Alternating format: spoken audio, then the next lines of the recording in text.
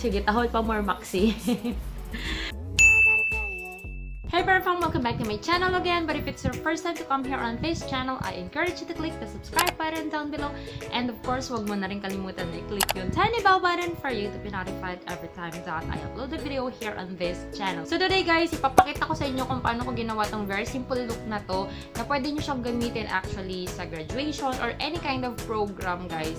Ito, very simple lang siya kasi alam ko yung mga nanonood dito guys, yung mga kagaya ko rin na nagsisimula din sa pagme-makeup. So, sabay-sabay tayo guys na matuto sa pagme-makeup, and yung mga ginamit ko dito guys are just mga products na widely available dito sa Philippines, or kung meron mang hindi available, may available pa rin na product na pwedeng gamitin instead of the products that I've used here on this video. So, kapag isa ka sa mga graduate ngayong March or April or kung kailan man yung graduation ninyo, and you want to look good on your graduation day, and gusto mo nang mag-practice kung paano mag-makeup, please keep on watching. So guys, yung mukha ko, lagyan ko na siya ng moisturizer. Very important yan sa akin kasi some parts of my skin may mga dry patches yan. So, ayaw natin na patsi-patsi yung skin natin kapag graduation. So, nag-moisturize lang ako guys nitong Myra E na Vita Smooth. And then, we're going to prime our skin with the Maybelline Baby Skin Pore Eraser. Ito yung favorite ko guys na pore eraser or na primer kasi nafe-fill in talaga niya yung mga pores ko dito banda. Kasi I have big pores on my nose and on my cheeks. Ayan. At saka, maganda kasi guys kung magpa-primer kayo para mas magtagal yung foundation nyo. Especially on graduation, some graduation, sobrang tagal ng program, ganyan. So, para naman kapag time mo na mag-picture sa stage, fresh ka pa din. And then guys, kapag na-prime na yung ating skin, gagamitan naman natin ng foundation. This is the Fit Me na matte and poreless. Ayan. Ito siya, na Fit Me foundation from Maybelline. Ito yung normal to oily kasi yung skin ko may pagka-oily sa gitna. So, ito yung ginagamit ko guys. Gustong-gusto ko tong foundation na to. Ang problema ko nga lang dito, wala siyang pump. Mas gusto ko sana yung may pump kasi hindi ko natatansya kapag yung ibinubuhos siya. So, kung gusto mo naman ng natural looking lang, gumamit ka ng wet sponge, yung beauty blender or makeup blender. Pero kung gusto mo na mas pakak yung foundation mo, ang gamitin mo is flat na kabuki brush. Ayan guys, i-blend nyo lang ng maayos para wala kayong brush streak kung gumagamit kayo ng brush. Kapag makeup blender, yung sponge, yun, mas okay siya. Pero natural looking nga lang yun, hindi ka makakaano ng mas makapal na coverage.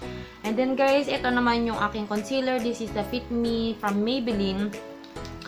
And lalagay ko lang siya sa under eyes ko kasi ang itim ng mata ko guys.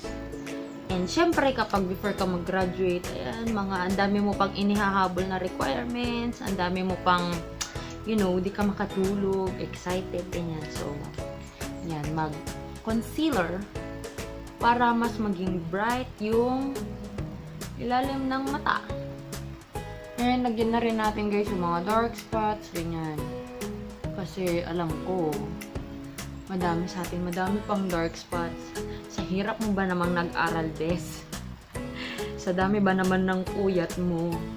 Alam ko nagsuffer yung mga skin ninyo. So, blend lang natin. Yung pang-set naman natin guys sa ating foundation, it's this one. This is the Nichido na Final Powder in Ivory Glow. Meron din itong Creamy Glow. Yun yung dating ginagamit ko, I think. Mas dark ata to kung hindi ako nagkakamali. So, magbe-bake lang ako guys kasi gusto natin na mas magtagal yung ating foundation. So, sa kilay naman tayo guys while waiting for our baking. Ayan. This is the Nichido guys na medium brown na eye pencil. Ito siya. Tig 100 lang to. Ginamit ko to sa review ko na full face na Nichido. Ayan. So, ito yung panglaline lang natin. And then, I'm gonna fill in my brows with this one. This is the Precious Skincare Brow Pomade. Ayan. This is in the shade dark brown. So, isasama na rin natin i-blend yung ginamit natin na pinang linya. Then, blend it with the spoolie. Ayan. Para naman hindi masyadong mukhang drawing yung kilay natin.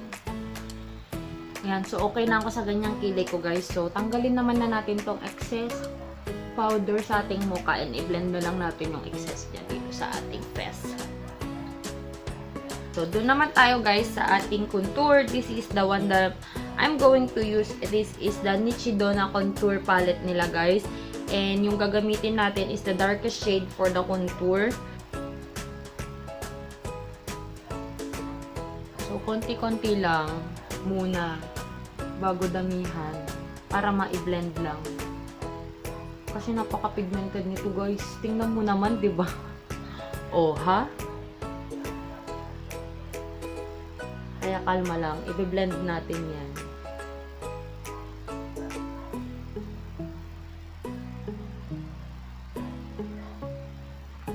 And of course, lagyan natin konti dito sa ano natin, jawline natin para may ano naman tayo. May panga naman tayo. Ayan. Lalo na guys, kung kagaya ko kayo na malapit nang mawalan ng panga. Contour is the key. I-contour din natin dito sa medyo ilong para makapameke tayo konti. Ito yung gagamitin ko guys ng sa shape niya.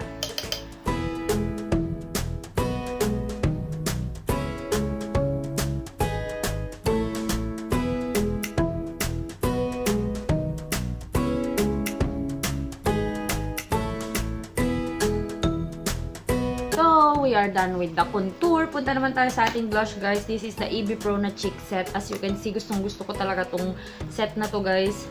Malapit ko ng maubos. Nahihit body ko na siya, yung kanyang contour. But for now, we will only use the blush naman, guys. So, kasi gusto ko yung ganito na blush. Yung gusto ko yung matte lang yung gagamitin ko. Pero kung gusto nyo ng ma-shimmer, why not? Ganyan. And mag-highlight tayo guys. Kung meron kayo nitong highlighter dito, okay na rin naman siya na pang-highlight. Pero, ang gagamitin ko for now is this one. This is the low rock naman guys. Low rock na highlighter. This is the spotlight na highlighter nila. And ganyan siya. Check lang natin kung totoong highlighter to. Ayan. Diba? Ay, naku!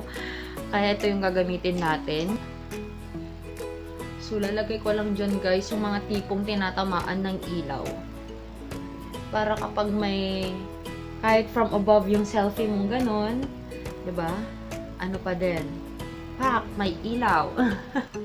Medyo pa side ka ng ganon, pak! May ilaw pa din.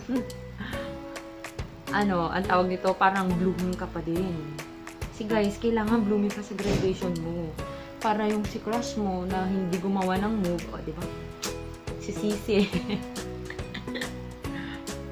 And of course, lagyan din natin guys sa may bandang nose. Ayan.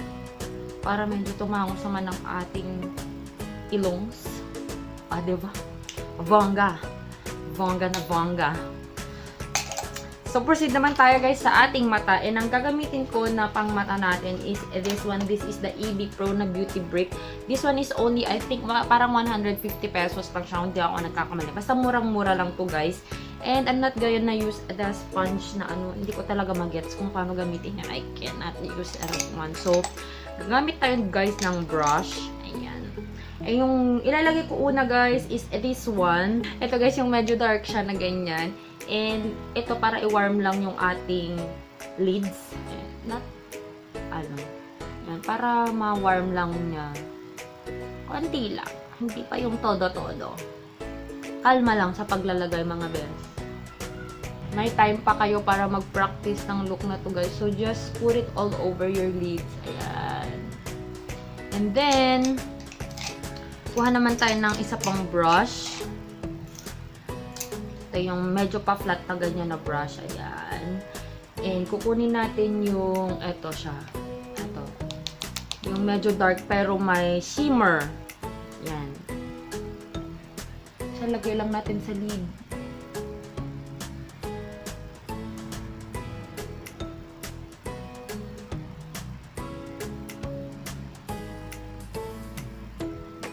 And then, kuha naman tayo ng iba pang brush, yung medyo mas maliit. And kunin natin tong medyo may pagka-gold na yan. Yan, medyo may pagka-gold na yan. And, or, let's just use our finger. Nalagay lang natin siya dito guys sa gitna.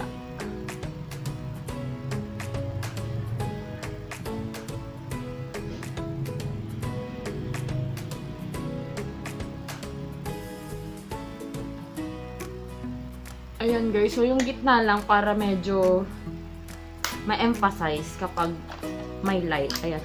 Puro kapag sa may light, ano. So, medyo blend lang natin siya. Ginamit ko na yung flat brush.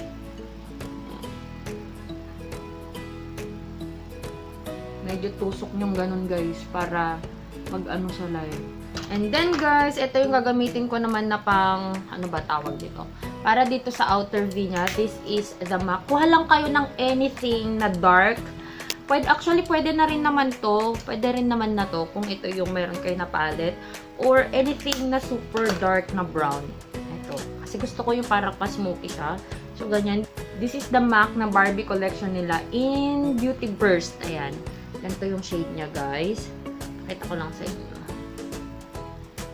Ayan yung shade niya. Diba? Konting-konti lang yan, mga besh. Tapos wala siyang shimmer. So, gagamitin natin ito. Yung ganito na brush. Parang bullet brush. Parang feeling ko naman beauty guru. Hindi guys, ano lang. Para ma-practice nyo na bago kayo.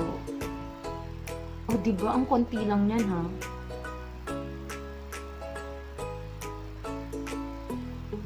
Dahan-dahan lang guys if you are working with dark color kasi ayaw niya namang magmukha kayong raccoon.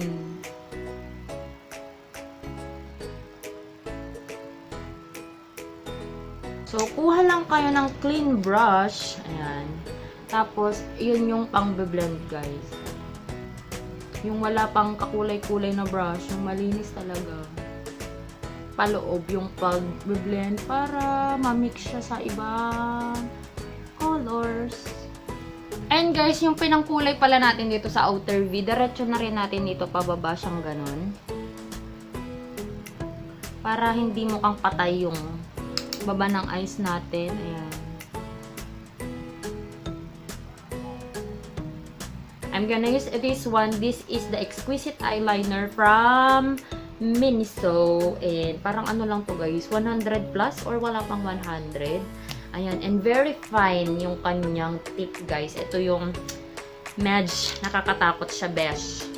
Ayan, so kalma lang ang mga kamay.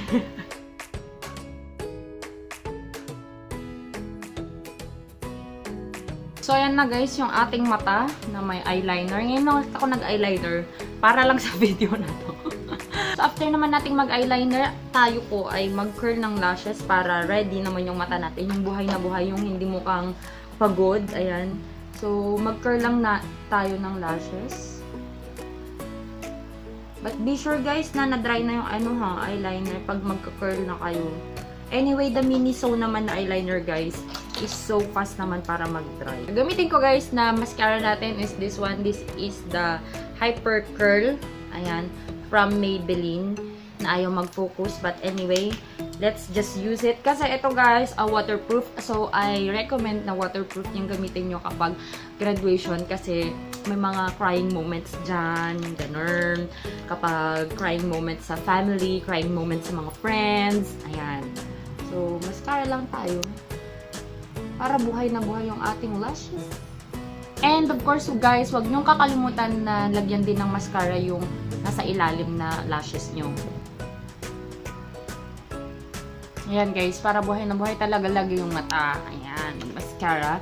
Next naman guys, last na nagagawin natin is I'm going to put color on my lips. Pero yung gusto ko guys, na ginagawa ko talaga kapag alam ko na pang matagalan yung program or yung event, nagli-lip tint muna talaga ako guys. Yung iba nagli-lip liner, but for me, I use lip tint. Ayan, para kahit kumain na ako, ganyan, maganda pa rin yung lips. Tapos papatungan ko siya ng ibang lip color. And yung gagamitin ko guys is this one. This is the liquid lipstick from Ever Bilena in the shade Serena.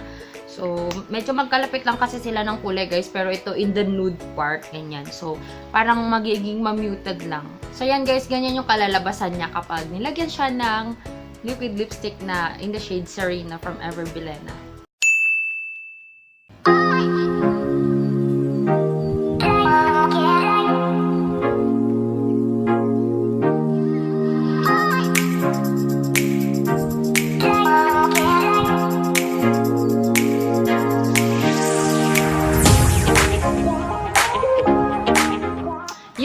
for this video. Thank you so much guys for watching. And kung gagawin nyo mo yung look na to guys, please do not forget to tag me on my Instagram o kaya sa Facebook ko para makita ko kung paano yung pagpapractice ninyo kasi nagpapractice talaga tayo guys before natin gawin yung mga makeup, especially if we are not that good yet in our skills. So don't be afraid to try new things guys, especially now that you're graduating. Congratulations kapag graduate ka na, at kung hindi ka pag-graduate, keep pushing, mag-aral ng mabuti para mas maganda o mas mabuti ang kinabukasan. So, thank you so much guys for watching and for subscribing here on this channel. Thank you so much guys sa pag-share nyo sa mga videos ko. And thank you. I can't say thank you enough. So, thank you so much guys. If you haven't followed me yet on my Instagram and on my Facebook, the name is JoyOfMia, and I'll talk to you guys on my next one. Bye! Mwah! Listen to my heartbeat.